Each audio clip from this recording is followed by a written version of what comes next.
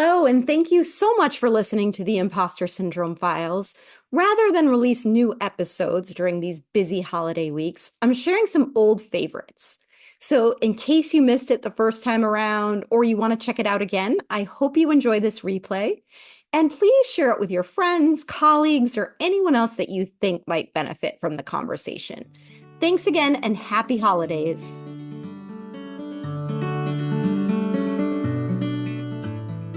Let's be honest. How often do you willingly step outside of your comfort zone? For those of us who are high achievers, it's easy to get entrenched in our comfort zones without even realizing it. As we avoid taking action, we get more comfortable, and everything outside of our comfort zone starts to feel even scarier.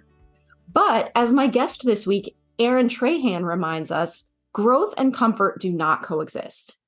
In this conversation, we talk about breaking free from complacency and the status quo so that we can become the best versions of ourselves.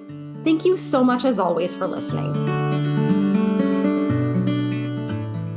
Welcome to the Impostor Syndrome Files. My name is Kim Meninger, and as an executive coach and former high-tech leader, my personal mission is to help professionals overcome imposter syndrome so that you can advance your career with confidence. Each week, I interview a new guest who brings a powerful perspective to this conversation, including personal stories, best practices, and new insights. The more we talk about this issue, the more we destigmatize imposter syndrome, recognize that we're not alone, and empower ourselves to access the tools and resources that can help us and those around us. Thank you so much for listening and for sharing with others you think would benefit from this conversation.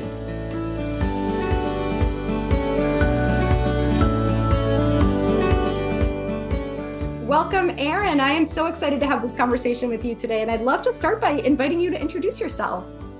Absolutely. First and foremost, Kim, thank you for having me. Love what the podcast is all about, and so happy to be here today. And yeah, so a little bit about me and kind of my journey is, it really started at the early age of 23 years old. I was put into a leadership role where, I quickly found out that they don't teach you in college how to lead people, how to help elevate people. And so 23 years old was my first leadership role. And while I had some success and was able to further my career in a corporate environment, I did reach a point when I was able to break into the ranks of the executive leadership teams and be a senior level executive leader of $1 billion publicly traded company, all before the age of 30.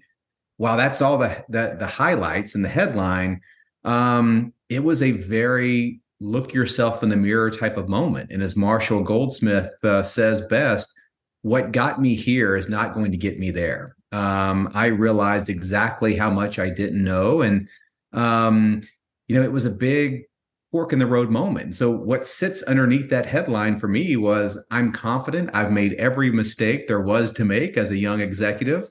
And that's what was a pretty big monumental shift in my career. From there, I had several other executive level positions and found myself back into the startup world where I just wanted to build. I wanted to help get the right people in the right place and surround them in a supportive yet challenging environment that allowed them to do their best work.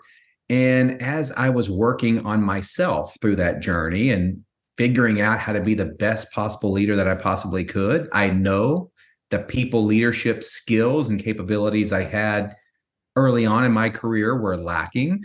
And as I was trying to convert that weakness into a strength, a passion began to emerge, where over the past several years, helping people, partnering with high performance individuals, and being that, for lack of a better term, springboard that could help them get to their next level, help them go from good to great, was where I really found a huge attraction and passion and gave me a deep sense of fulfillment. And so long story short, it was the gravitational pull that effective last year I could no longer avoid or resist. And so it's what led me to launching my own performance and leadership coaching firm, where I get to now spend all of my time working with high performance individuals, helping them overcome the obstacles and accelerating their path from their current state to their ideal state. Oh, I love that. I share your passion for that very experience. I wonder if you would mind sharing what are some of the key themes that you see when you think about where people want to be and where they are? Like what are the gaps or what are the challenges that they're most likely to bring to you? Yeah, I think it is the big component, and what I would say the missing component, and my foundational belief, especially in the professional world, is every single professional has an aspiration, a desire even to see better results, to see better performance. I think everybody knows that the comfort zone and status quo is really a dangerous place to be. But the big missing component is not everyone knows how to find that next level, where to go, how to invest in themselves, how to properly identify the development areas and the blind spots. And so I think where I see the biggest impact that I'm able to have with clients is I help them figure out and create the solution for the how to go from the current state to the ideal state. And if that piece remains, let's just say, noisy, or people don't have a good understanding of, yes, they want to generate better results, they just don't know how. What I often see so frequently is where that manifests itself is in the form of inaction. And when there's inaction, all of a sudden we do start to find a bit more content with the status quo. And without us even knowing it, we get further and further entrenched into the comfort zone, making everything outside of the comfort zone look very risky, very uncertain, very overwhelming. And the end result is so much talent and potential remains trapped on the sidelines because people don't have the solution to figuring out the how equation. So that's really the big thing that I see is people and professionals aren't able to connect the dots on what's the right strategy of how to improve to match their desire and aspirations for that improvement.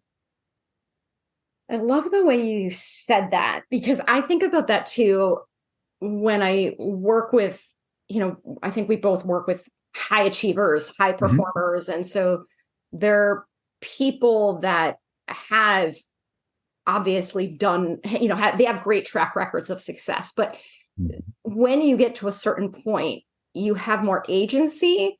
And I think it's easier I describe it as sort of curating your world in such a way that you avoid those bigger risks and you make your world really small. And in the process, like you said, sort of amplifies the scariness of all the things you're not doing. And so you're just reinforcing, you're nurturing that comfort zone.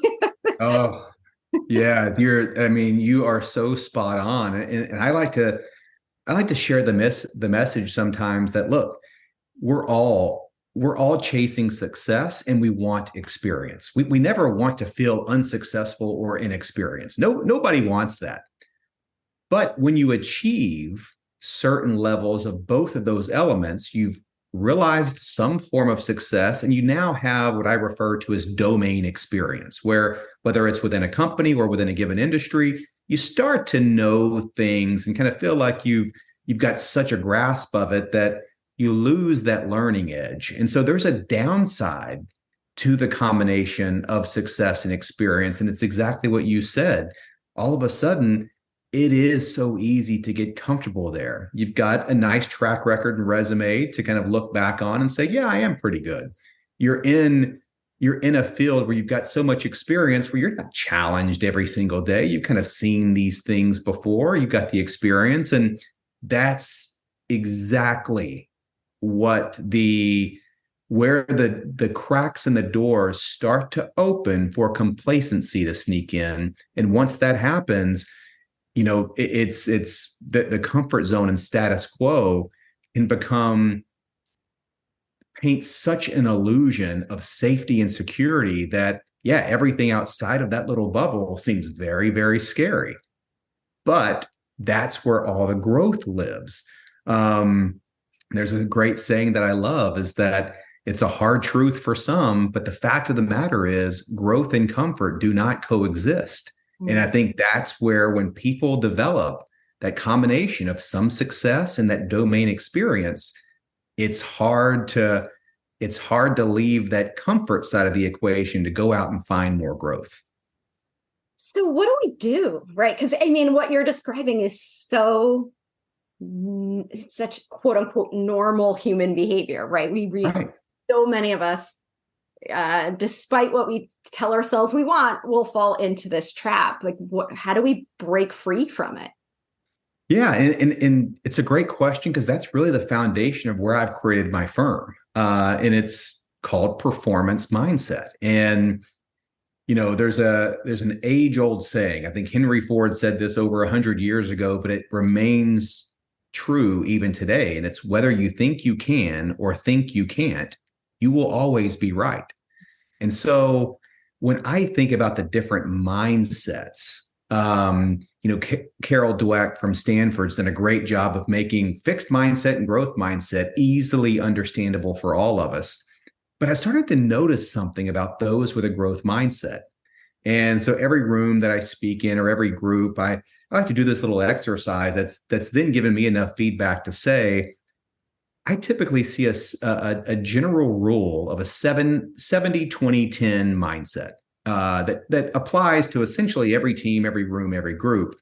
20% are just going to be let's call them the old dogs who have no interest in wanting to learn any new tricks. They're content. They may be close to retirement, whatever the reason is. We'll take the fixed mindset group and move them over to the side. Without fail, when you talk about growth mindset, what it means, what you believe, 70 to 80% of the room's hands shoot right up. It's like, yep, that I identify with that. But if we were able to take a microscope and look at their actions, look at their habits, look at their routines, they are in fact not putting any action behind that growth mindset. They may believe all the right things, they may think all the right things, like sure, with the right amount of time, energy, and effort, you can increase your intelligence, improve your capabilities, have a grit factor that allows you to overcome the obstacles, but they're not doing anything about it. So I kind of try to create this new category of what I refer to as performance mindset. They believe all the things that the 70% growth mindset people believe, with one big differentiating factor: action. They are constantly taking action to invest in themselves, to take on new challenges, to take on some risk, to operate at the very outer edges of their capabilities, because that's where the growth lives. And so, long-winded answer, but coming back, I think it's really adopting this mindset of continuous improvement. How are you getting that 1% better each and every single day? Where are you being stretched? Where are you being challenged? One of the things that I try to preach to as many people that will listen is that when you're a lifelong learner, it is a guaranteed, sustainable, competitive advantage. And the most important thing is not allow some of that success and experience to take you away from just being a learning machine. And so when you can continue to learn, invest in continuous improvement, always finding out what you're capable of and really taking on those challenges, I think it all boils down into taking action to kind of get out of that rut that will eventually show up when you have success and experience, and never let that complacency to sneak in. If you're a learning machine, there's really no place for complacency to come in and take root. Yeah, that's such a good point. And I think about this personally as somebody who has, identifies as a high achiever, has lived with a lot of anxiety throughout my life. There is a part of me that would love to just curl up in the fetal position and not take those risks and just kind of say, all right, I've accomplished a lot and I'm going to stop. Mm-hmm. but there's another big part of me that knows that that's not what I really want. And so I push myself. And I really like Eleanor Roosevelt's quote, like, do one thing every day that scares you, because I know that if I keep doing it, it becomes less scary over time. And it just kind of, it's making me think about the way you describe that continuous improvement. And so the idea of taking action on a regular basis to prevent that kind of complacency from setting in really resonates with me. But what comes up for me are sort of a couple things. Number one, the self-awareness required to recognize this is happening in the first place when we live in such a busy, demanding time. People don't even know what they don't know. They're not necessarily paying attention. And number two, just the power of fear. And I wonder how you think about those two forces. Yeah. I mean, I think when you use the big A word, of especially with my mythology, and I'm sure you have some type of derivative of this, but a strong foundation of awareness is what's required for next level growth. And you can simply not enhance or improve something you're not aware of. And so awareness is such a key to always make sure you have a clear understanding of, I kind of like to use the superhero mythologies, but it's kind of like, what are your superpowers? But more importantly, what's your kryptonite? And you have to know these things. You have to have a radar for these things. Where are they showing up? What are the situations that are bringing out the best in you and why? What are the situations that bring out the worst in you and why? How can you create and find those common threads? And I think it all leads to this exceptionally strong foundation of awareness. And so you can build a house as big as you want to, but if that awareness foundation is weak or has some cracks in it, you'll be rebuilding for the rest of your life because the house will keep crashing down. And so I think awareness is so key. So yeah, I can't highlight that enough or put more exclamation points behind it. And then I think you just nailed another big one, and that's the fear of failure. And I like to think of the fear of failure kills so many goals before they even start, because it is the fuel of inaction. And so when we think about inaction, which is the opposite of what we just kind of talked about, if action is going to be where you continue to drive continuous improvement and more growth, the fear of failure is the thing that is the driver of inaction. It scares so many people from taking even that very first step of, going out there and leaving the comfort zone. And so I like to think of, failure doesn't have to be this hot fire that you get burned every time you touch. You feel like, and I grew up playing sports. And so, failure was this big thing you didn't want to touch. We were kind of taught that's like, we got to do everything to win. We're all about winning. But I think there's so much more of an underlying story around failure. And it doesn't have to be this fire that we just can't touch, because I'm a firm believer that failure is one of the most valuable and incredible learning feedback loops that we have. If you're not failing, you're not learning. So I think one of the big challenges that we have is changing our relationship and our perspective with failure. And I'll kind of end it with a question, and that is, imagine if we all changed our definition of failure from not achieving to instead not trying. I think we would all accomplish a lot more if not trying became what the universal definition of failure was. I am so glad you said that, because I was thinking the same thing, that we are so wired to be loss avoidant that when we think about taking a risk, we think about what will we lose by taking it. We don't think about what will we lose by not taking it, right? And I think that has been a motivator for me, again, as somebody who has a lot of anxiety, worries a lot, is to say, okay, yeah, this might go wrong if I try it, but how am I going to feel if I don't? Right? Exactly. Which am I going to regret more? Kind of a mentality, right? Yeah, and you just said a big word there, and that's regret. And I think if you fast forward your life 20, 30, 40 years, and you want the bill for regret to be extremely high, inaction is exactly how you're going to get there. There's this great book that I read that was such a mindset shift for me. And it's a bit of a dark title, but hear me out here for a second. And it's The Top 5 Regrets of the Dying. And long story short, this woman found her calling in the hospice space. And so she had this unique gift to be able to significantly increase the quality of life for those in their last weeks and months of their life. And over hundreds of different encounters, she was able to piece together what were the top 5 regrets that all of them had. And the number one may surprise a lot of people. Sure, it's all the guesses are, oh, they would have spent more time with family. They wouldn't have worked so much. But sure, that was in the top 5, but it wasn't number one.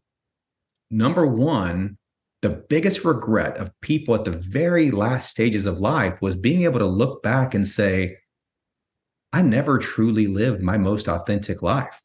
I never chased after the goals that I always knew were important to me. I played too small. I played it safe. I just kind of adopted into the external and social environments that I were in. And I never lived what was authentically true to me.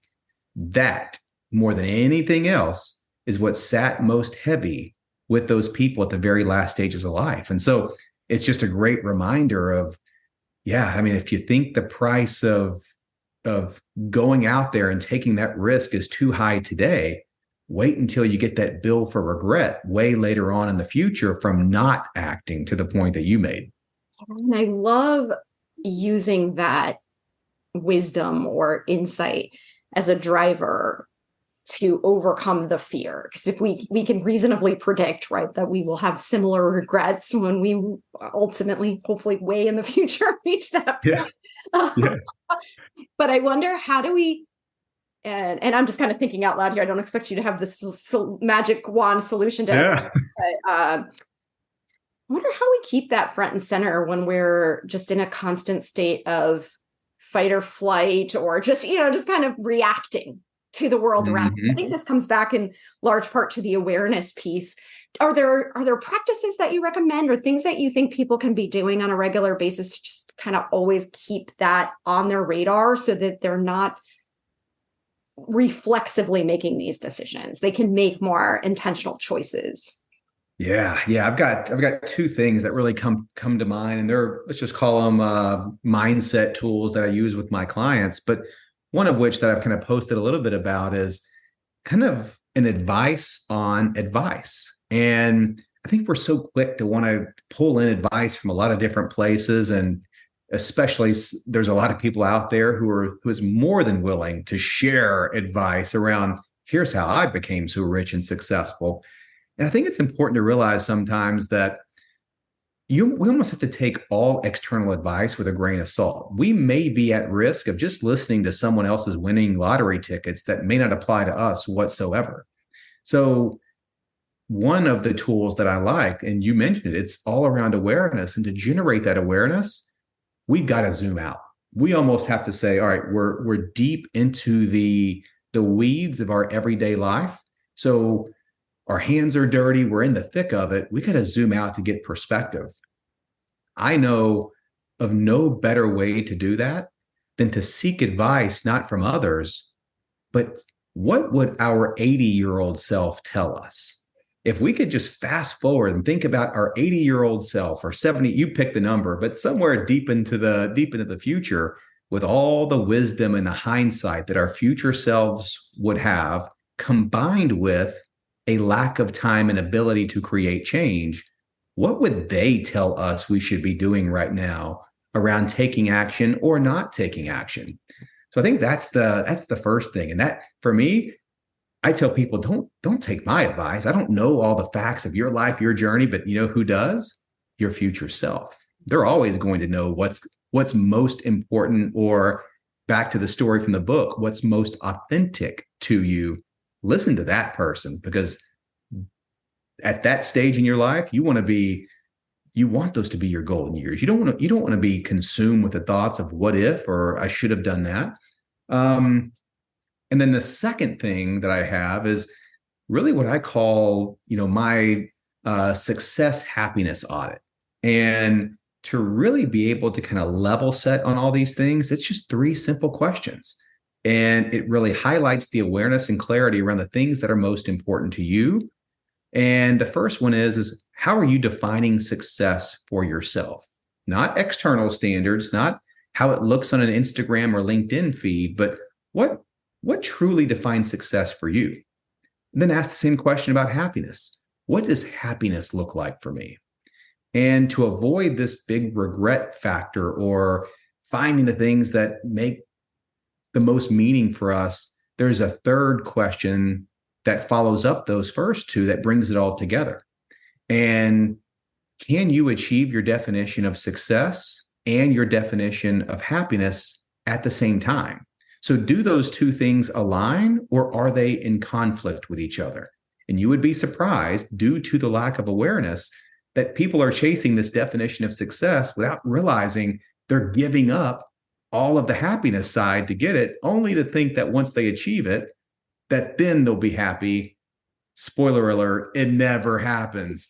And so when you can calibrate those things and ensure that your pursuit of success and happiness is aligned with each other, it gives you the clarity of knowing what the priorities are, making it more easily to take action because the why behind it is now stronger. And when you've got a strong enough why, you'll always figure out the how.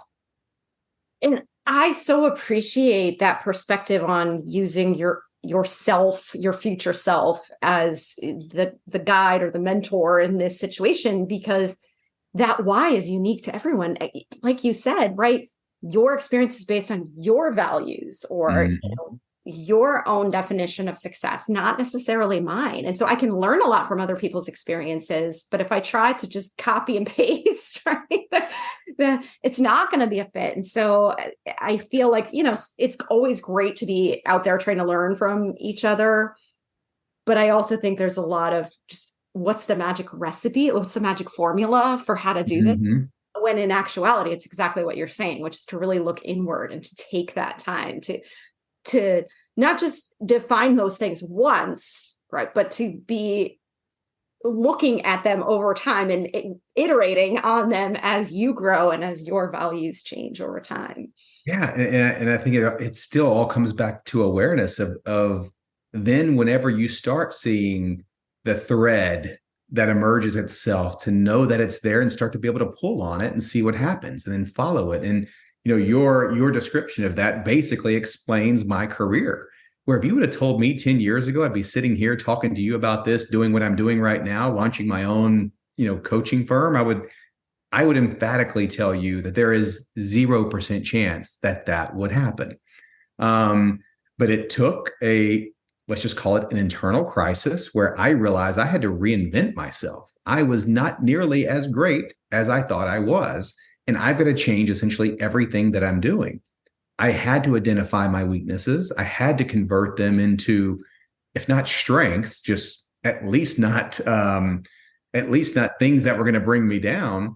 And it was only then it's developing and going through those experience reps of, if I wasn't aware, I could have just continued on and continued in this unoptimized state. But by going there, getting the experience reps, all of a sudden, that's where that passion jumped up. It's like, oh, there's something here. Let me follow that. What does this look like? Okay, I'm starting to develop a skill here. I'm seeing the impact starting to happen. I really enjoy this. This is what gives me purpose and fulfillment. So yeah, I think it's just being open to those things, having the awareness. And if something emerges that starts to become of interest, of purpose, of fulfillment, let's not let our day jobs get in the way of us chasing that. Not saying you have to burn the boats and go all in, but I'm also saying inaction will be a 100% guaranteed way for you to have more regret in the future. Yeah, it's such a great way to put it. And I think too, what you said too about reaching a crisis point in order to get here is such a familiar story. I hear that all the time. And what if we didn't have to reach a crisis first before we got to this point, right? And I think that's what you're talking about, is really paying attention proactively so that you don't have to deal with that feeling of hitting rock bottom before you end up going in the direction that you really want to go in. Yeah, no, it's so true. I was having a conversation with someone and they said, if you can summarize why and what you do today, how would you summarize that in a sentence or two? And it hit me like a ton of bricks. And it was like, I've created something that I wish I would have had pre that internal crisis moment. It could have accelerated my life by years instead of me spending so much time going through the trial and error. And at times it felt like trial by fire. What if I had a more optimized way? What if, not saying it would have avoided all mistakes, we're going to make mistakes and there's going to be setbacks and failures along the way.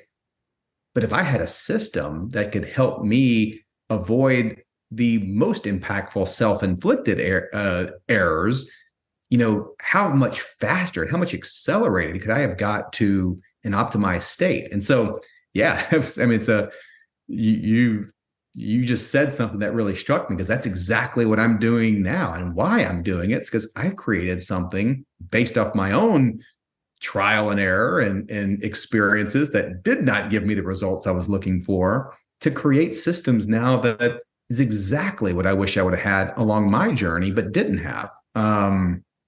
So yeah, so important. Yeah. Oh, that sounds so much like what I always say, that my mission is to be the resource to others that I wish I had during that point in my career. 100%.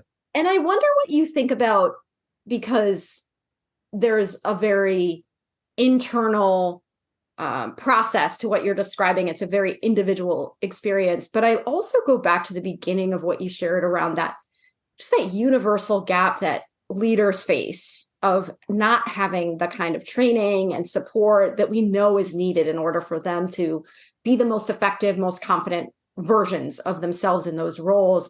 And so is there anything that you think we can take from your work or your sort of philosophy around this that would help us to not just support ourselves, but also others as they're going through their, like, as leaders, can we be more mindful of these gaps and do anything to try to support people along their journeys? Yeah, I think so. And this is a call out from a recent, actually last week's mastermind, where I kind of bring some leaders together and we do kind of a group program. And it's amazing what happens when you get a lot of smart, talented people around a digital table and we're sharing ideas. And leadership is such an awesome privilege. And the moment that you figure out it's not about you or the me, and it's about we, the easier your life is going to be. Again, one of the things I had to learn the hard way, that me being promoted to higher and higher levels wasn't all about me.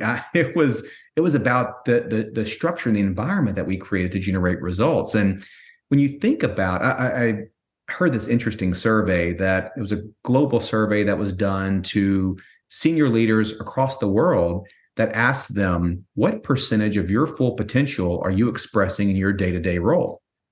And the responses in aggregation was, I don't know, shocking, maybe not so shocking to some, but some of the biggest and brightest leaders that we know were only applying roughly 30 to 40% of their full potential to their daily work. And if you think about the role that leadership plays in helping people express their full potential in reaching their best version, one of the common themes of why they weren't expressing more was usually poor leadership that sat above them. If you feel you don't have a leader that is invested in you and is going to help support you and is really challenging you to take on, to do your best work, that percentage of your full potential is going to plummet. You're not going to show up and wanting to do your best work when you don't feel supported or invested in, or you're getting poor leadership. But what happens on the other side of that? If we've all had probably bad and great leaders, and for those great leaders that are always setting you up to be your best version, to take on new challenges, to maximize your potential, that's always going to be an environment that brings out the best of you. And so instead of us as leaders looking most immediately up, what happens if we now look down?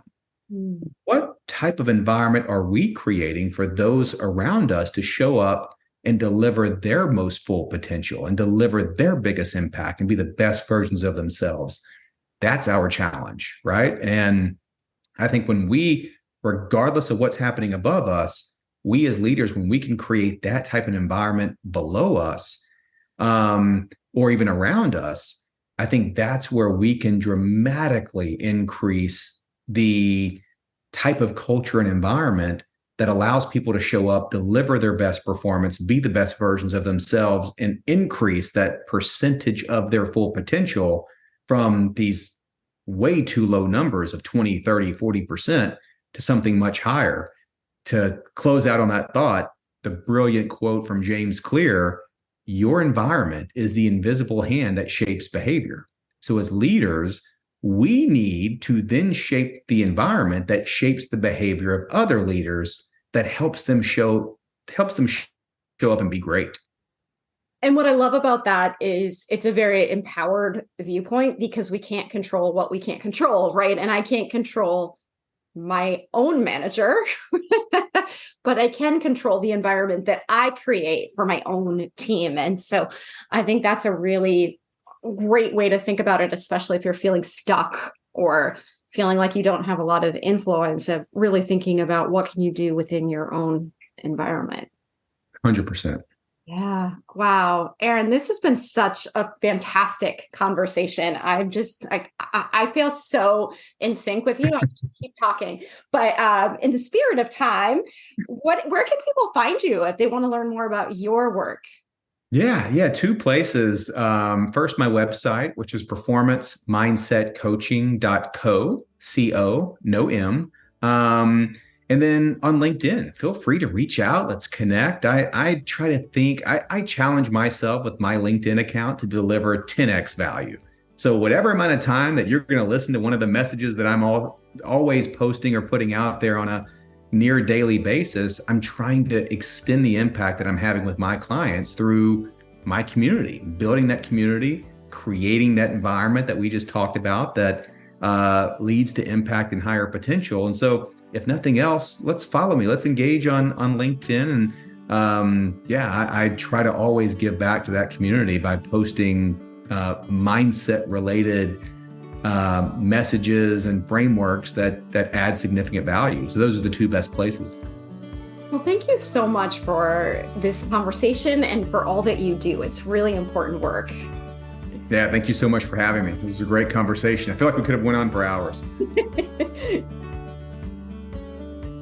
Thanks so much for listening to the Impostor Syndrome Files. If you would like to continue this conversation in a safe and trusted space, I would love for you to join my virtual discussion group every Thursday at 12 p.m. Eastern. For the past several years, the group has been limited to women, but it is now open, regardless of gender, to anyone who is interested in exploring and troubleshooting common workplace challenges, building better awareness of ourselves and others, and becoming more inclusive allies at work. Check out the show notes for more info on how to find us, and please join us next week for another episode of the Impostor Syndrome Files.